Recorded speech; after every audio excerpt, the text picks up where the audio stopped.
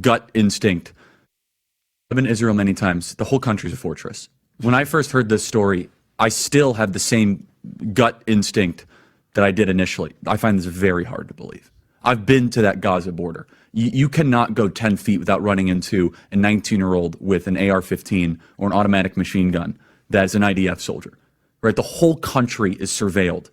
And so let me just kind of go through this. We don't talk about Israeli politics very often, and most Americans don't know this.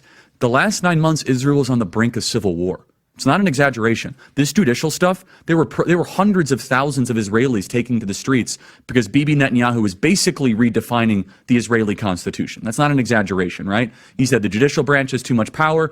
There were protests planned this week against Netanyahu, where they anticipated tens of thousands of people to take to the streets. That's all gone, Patrick. Netanyahu now has an emergency government and a mandate to lead. I'm not willing to go so far that saying that Netanyahu knew or there was intelligence here, but I think some questions need to be asked. Was there a stand down order? Was there a stand down order? 6 hours? I don't believe it. Israel's the size of New Jersey. When I took a helicopter ride from Jerusalem to the Gaza border, it's 45 minutes. Wow. 6 hours. They're live streaming the killing of Jews. Did somebody in the government say stand down? That is a legitimate, non-conspiracy question. The whole country is the IDF. The whole country is. Yeah. And you're trying to tell me that they're going to concerts and... He makes a fantastic point, and that is why I wanted to share this video with you. Let's talk about it. By IDF, of course, he means the Israeli Defense Force, which from my understanding is comprised of many, if not all of them, are reservists, right? And I did run across an article after that tragedy in Israel that said many or all of them were getting ready to strike or were on strike or they're negotiating something. Something's going on in Israel. And I'm not an expert on Israel, but I did do some research based on some of the information that I'm hearing. And you probably have heard this. The Israeli people are upset. Netanyahu does appear to be pushing for more control, does appear to be wanting to redesign or make changes to the judicial system. And that's super sketch, right? What's happening over there is really, I'm seeing it play out in many places around the world. It's playing out in the United States. Let's be honest. The shit that's going down here with the attacks on Trump, again, however you feel about Trump, anyone who believes that he is the worst political figure in our country needs to have their head examined. Those career politicians back in Washington, and yes, Joe Biden is one of them, are the dirtiest, most corrupt, lyingest people as well. They do all the same shit, if not worse. From my experience, they do worse than anything they've accused Trump of. And I'm not defending Trump because I have serious questions about some of the things he did too, right? I'm just observing as a rational, sensible person, logical, looking at this. It is hilarious. It is hilarious that these 50-year career politicians back in Washington are pointing the finger saying he's the worst of the worst. And what's even more scary is that some American people are mimicking that. You got to be freaking kidding me. That dude's been in office for 4 years.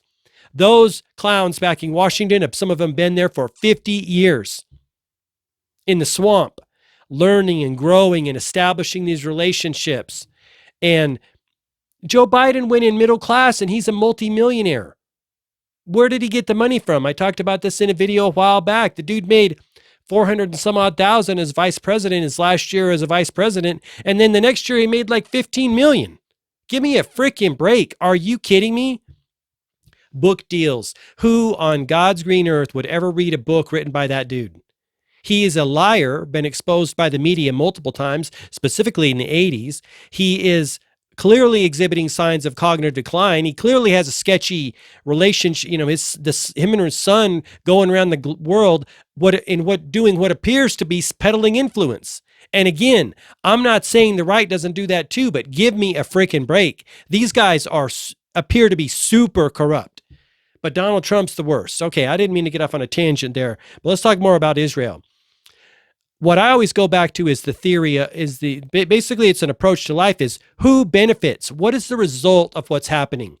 If in fact Israel was on the brink of civil war, if in fact the Israeli Defense Force was on strike or going to strike, now because of what's happened, Netanyahu has emergency power and everything's going his way. Who's benefiting? He's benefiting. You got to ask yourself who benefits when stuff like this happens. Let's talk about 9/11 in the United States. Who benefited? The American people now have to pay, because of the tragedy of 9/11, the American people now have to pay for a whole new agency called the Department of Homeland Defense. That's awesome. The American people now have to live under the Patriot Act, which allows the government to do unprecedented things to them.